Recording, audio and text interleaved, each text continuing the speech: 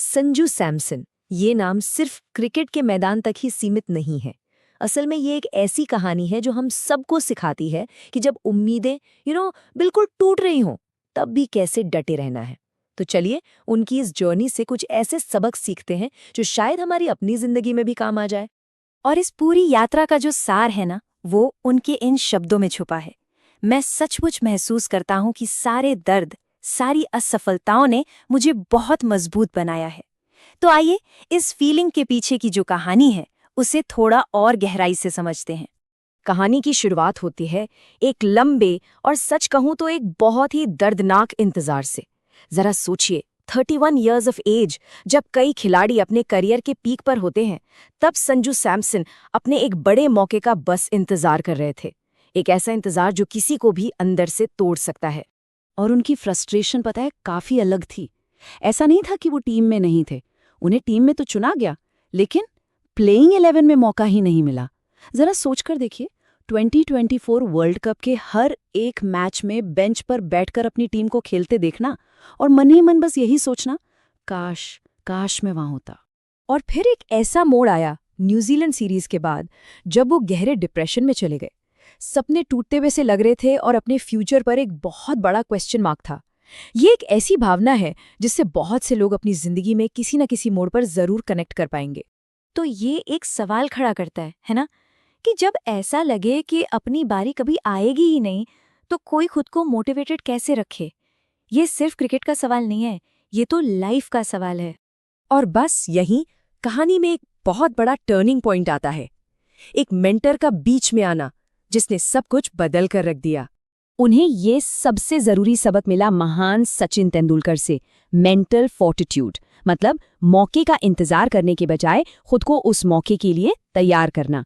Focus कब से हटकर कैसे पर आ गया। तो संजू भी इस पूरी जर्नी से हम कौन से 5 जरूरी सबक सीख सकते हैं। और ये सबक सिर्फ क्रिकेटर्स के लिए नहीं है, बल्कि किसी के लिए भी सक्सेस का एक ब्लूप्रिंट हो सकते हैं। चलिए इन 5 सबकों को एक एक करके देखते हैं। पहला, पेशेंस। सिर्फ टैलेंट होना काफी नहीं होता, सही वक्त का इंतजार करना भी बहुत जरूरी है। दूसरा, हर मौके को पकड़ो, उसे अपना आखिरी मौका समझकर खेलो। तीसरा, आलोचनाओं के बीच शांत रहो और बस अपने काम पर ध्यान दो। चौथा, खुद को बार बार साबित करते रहो, एक सक्सेस काफी नहीं होती। और पांचवा, सादगी अपनाओ। आपकी मेहनत को शोर मचाने की जरूरत नहीं है, वो खुद बोलती है।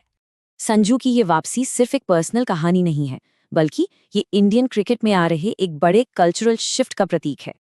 ये बदलाव है सोच में। पुरानी सोच क्या थी? पर्सनल रिकॉर्ड्स पर फोकस करना। याद कीजिए, 90s में खिलाड़ी अक्सर सेंचुरी के करीब आकर धीमे हो जाते थे, लेकिन आज की नई सोच टीम को पहले रखती है, भले ही इसके लिए पर्सनल माइलस्टोन को ही क्यों ना कुर्बान करना पड़े। और संजू सैमसन इसका जीता जागता सबूत है। स्कोर देखिए, 97, 89 और फिर से 89 रन। मतलब हर बार सेंचुरी के इतने करीब आकर भी उन्होंने पर्सनल रिकॉर्ड के लिए टीम की स्पीड को कम नहीं किया। नहीं, उन्होंने टीम के लिए एग्रेसिव खेलना जारी रखा। और सच कहूं तो यही तो नई टीम इंडिया की पहचान है। लेकिन ये बदलाव सिर्फ मैदान पर खेलने के तरीके में नहीं है, ये मैदान के बाहर भी दिखाई देता है। चाहे वो सोशल मीडिया हो या फिर पर्दे के पीछे काम करने वाला वो मजबूत सिस्टम। मिसाल के तौर पर अर्शदीप सिंह को देखिए। वर्ल्ड कप जीतने के बाद उन्होंने अपने मेंटर गौतम गंभीर से एक वीडियो में स्माइल करने के लिए कहा। एक ऐसा वीडियो जो देखते देखते वायरल हो गया। ये आज की जनरेशन की मॉडर्न फैन एंगेजमेंट की समझ को दिखाता है। और इसका असर देखिए, उस एक वीडियो को 55 मिलियन यानी 5.5 करोड़ से ज्यादा व्यूज मिले। उनके दूसरे वीडियो को 68 मिलियन और एक को तो 71 मिलियन से भी ज्यादा। ये साफ दिखाता है कि आज का खेल सिर्फ मैदान पर नहीं, बल्कि मैदान के बाहर भी खेला जाता है। लेकिन ये जो सक्सेस है ना, ये सिर्फ कुछ खिलाड़ियों की वजह से नहीं है। ये कोई लक या तुक्का नहीं है, ये सालों की इन्वेस्टमेंट का नतीजा है। बेहतर इंफ्रास्ट्रक्चर में, अच्छी कोचिंग में और एक मजबूत डोमेस्टिक क्रिकेट सिस्टम में। जब बुनियाद मजबूत होती है ना, तो कामयाबी अपने आप मिलती है।